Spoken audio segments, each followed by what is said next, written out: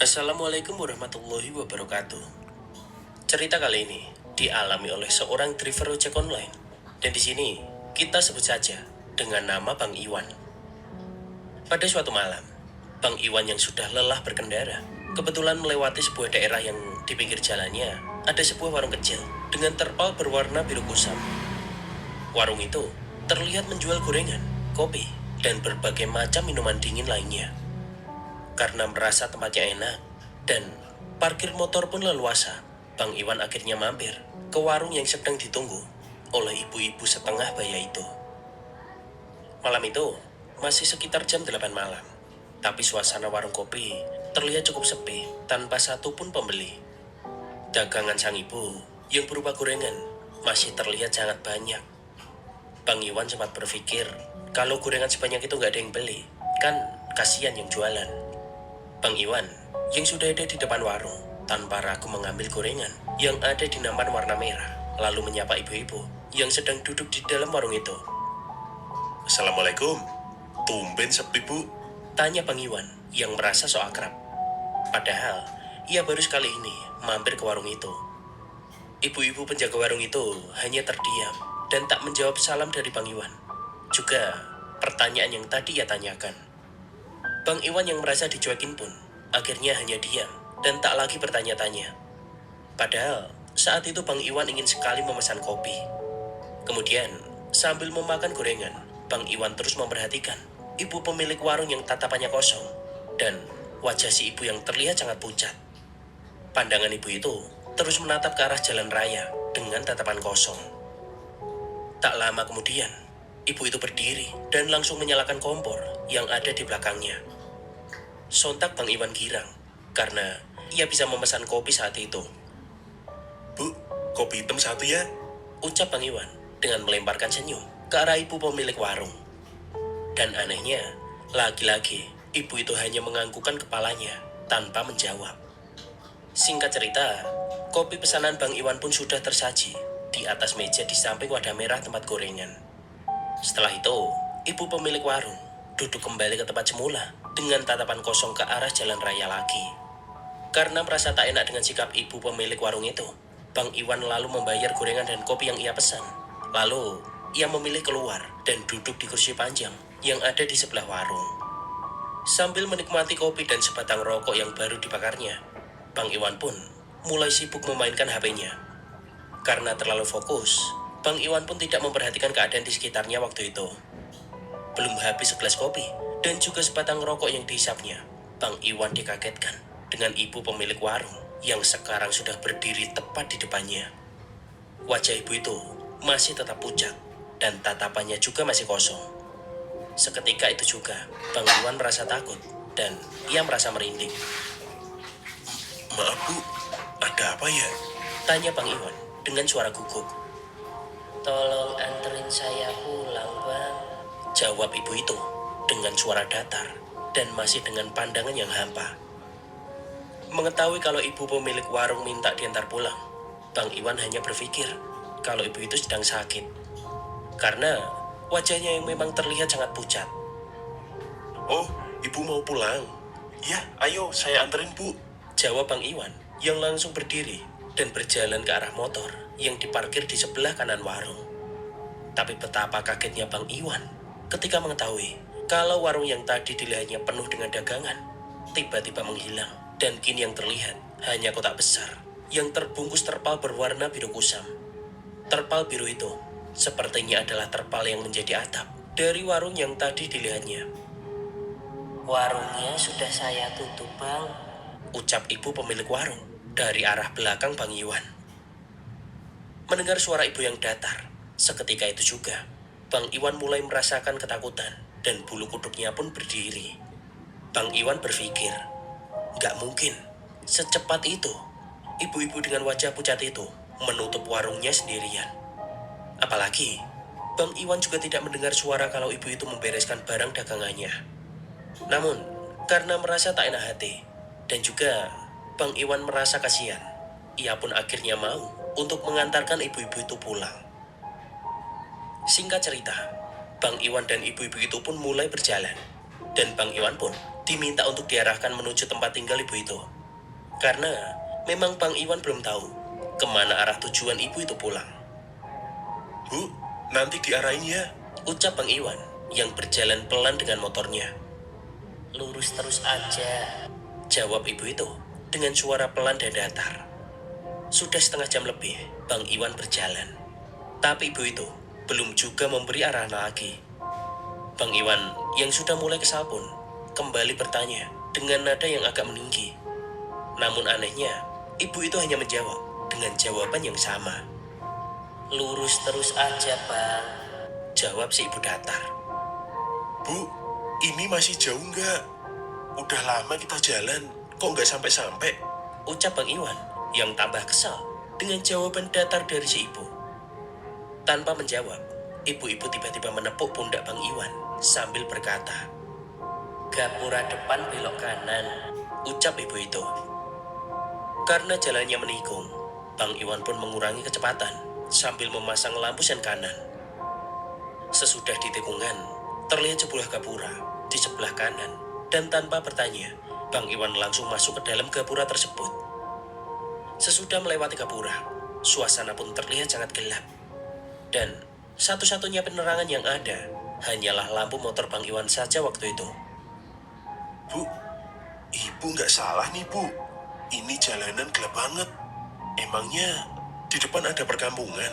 Celetuk Bang Iwan yang memang sudah mulai merasa takut. Nanti di depan ada suami saya, anak-anak, sama saudara-saudara saya, Bang. Mereka sudah lama menunggu saya, jawab ibu itu dengan suara datar yang kini agak parau. Bang Iwan yang masih agak takut pun sedikit lega mendengar apa yang ibu itu katakan. Dan sekitar 10 menit kemudian, di ujung jalan ini mulai terlihat cahaya lampu yang sangat-sangat terang. Nah, kita sudah sampai, Bang, ucap ibu itu. Dan benar apa yang ibu tadi katakan. Di depan rumah yang terlihat terang itu, sudah ramai dengan orang yang menyambut kedatangan ibu pemilik warung tadi. Setelah Bang Iwan berhenti, datanglah seorang bapak-bapak yang belum begitu tua. Bapak itu kemudian menghampiri Bang Iwan. Si bapak langsung membantu sang ibu turun dan langsung memeluknya. Bang Iwan pun agak kebingungan menyaksikan sambutan dari bapak-bapak yang menghampirinya. Dan juga beberapa orang yang mulai menyalami sang ibu. Mereka terlihat seperti sudah lama tak bertemu, dan wajah mereka juga tampak pucat pasi, dihiasi senyum yang membuat Bang Iwan terharu melihatnya. Lah, orang baru pulang dagang, kok disambut kayak orang baru pulang haji? Bang Iwan di dalam hatinya. Bang Iwan pun lalu turun dari motornya karena merasa badannya pegal-pegal, seperti habis menempuh perjalanan jauh. Si bapak pun mendekati Bang Iwan, lalu mengulurkan tangannya, kemudian menyalami Bang Iwan. Terima kasih ya bang, sudah mau nganterin istri saya pulang. Kata bapak itu, yang juga terlihat pucat, dan tangannya terasa sangat dingin. Iya pak, sama-sama. Jawab Bang Iwan, yang saat itu sudah merasa curiga dengan orang-orang yang ada di tempat itu. Bang Iwan pun mengedarkan pandangannya ke sekitar untuk mencari rumah atau mungkin bangunan lain yang ada di tempat itu. Tapi anehnya, di sekitar Bang Iwan tidak terlihat apa-apa sejauh mata memandang. Hanya ada kegelapan malam. Ibu pemilik warung itu lalu menyapa Bang Iwan. Tapi saat ini, tatapannya tak lagi kosong. Dan wajahnya juga sudah terlihat lebih bercahaya. Tidak sepucat tadi. Masuk dulu bang, istirahat dulu.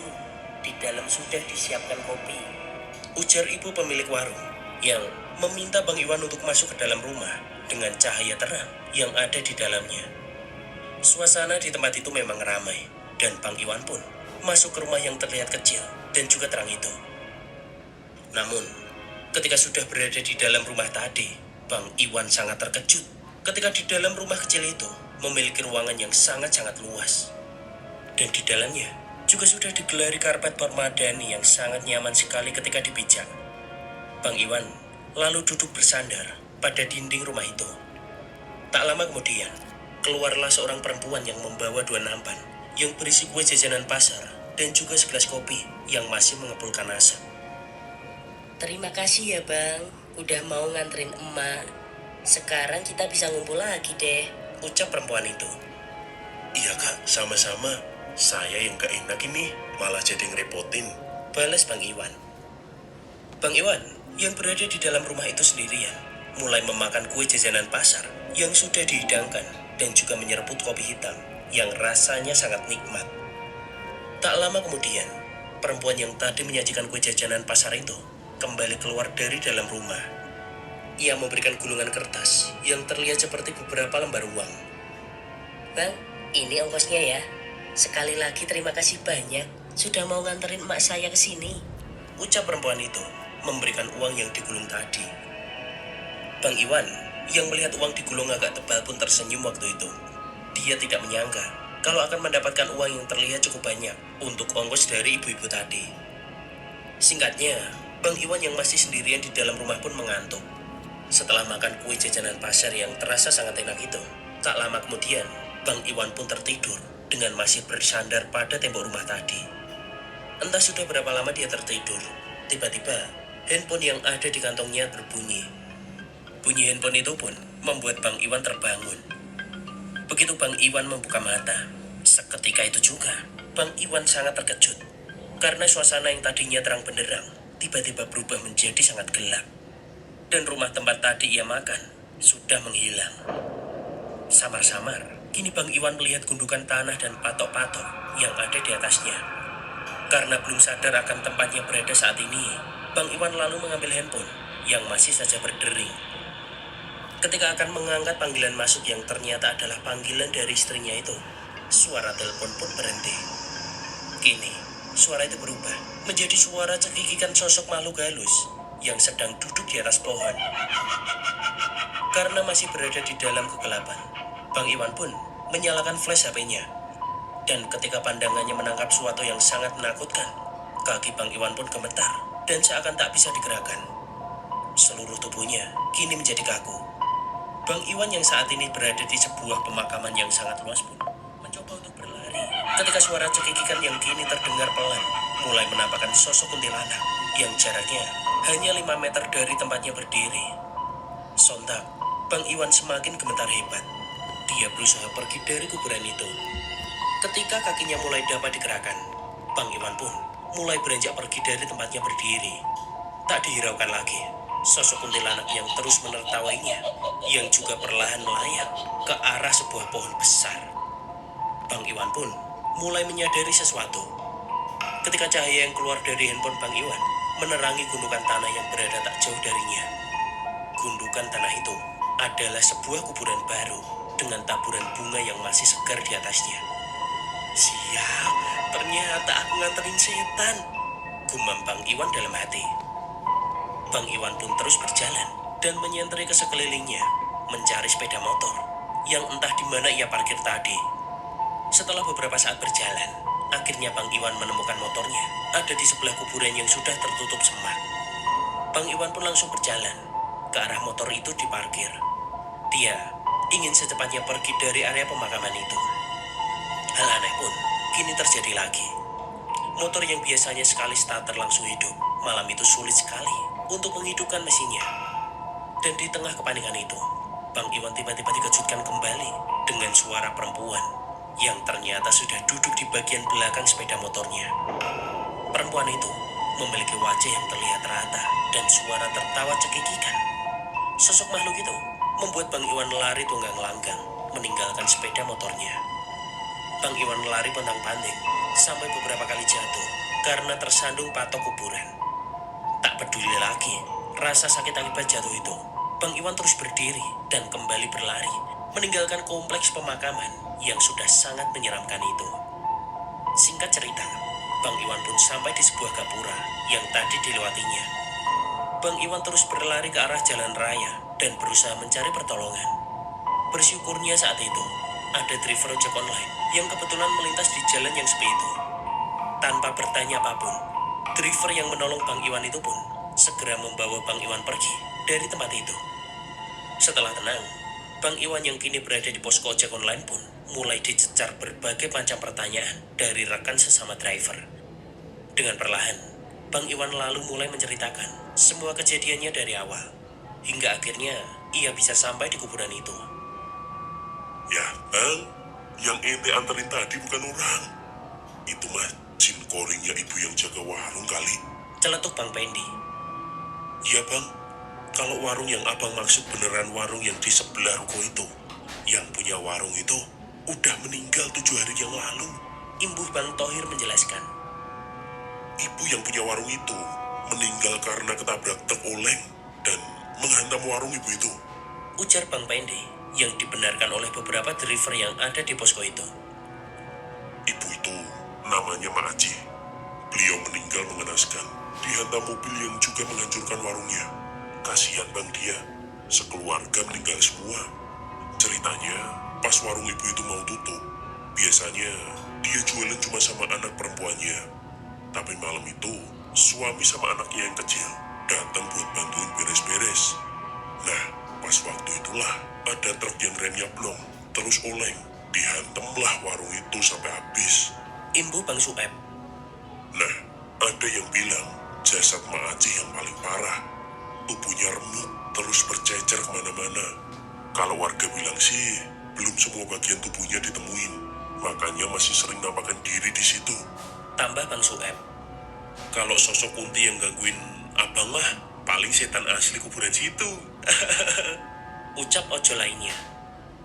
Setelah mendengarkan cerita kawan-kawannya, Bang Iwan pun lalu mengambil gulungan duit pemberian perempuan yang ada di rumah tadi. Setelah gulungan itu dibuka, ternyata itu duit beneran, nominalnya 7.000 rupiah. Ini mah duitku tadi, yang buat bayar gorengan sama kopi. Ujar Bang Iwan yang disambut tawa dari orang-orang yang ada di sana. Emangnya, abang dikasih duit sama Mak Aji? Tanya Bang Romli penasaran. Tadi dikasih sama perempuan muda. Kayaknya sih anaknya Mak Aji. Dia bilang ini ongkos nganterin maknya pulang. Ternyata duitku dikembaliin lagi. Gerutunya sambil mengusap kepalanya. Singkat cerita, Bang Iwan dan kawan-kawan driver pun kembali lagi ke kuburan tadi untuk mengambil motor Bang Iwan yang tadi ditinggalnya. Motornya masih ada di area pemakaman itu.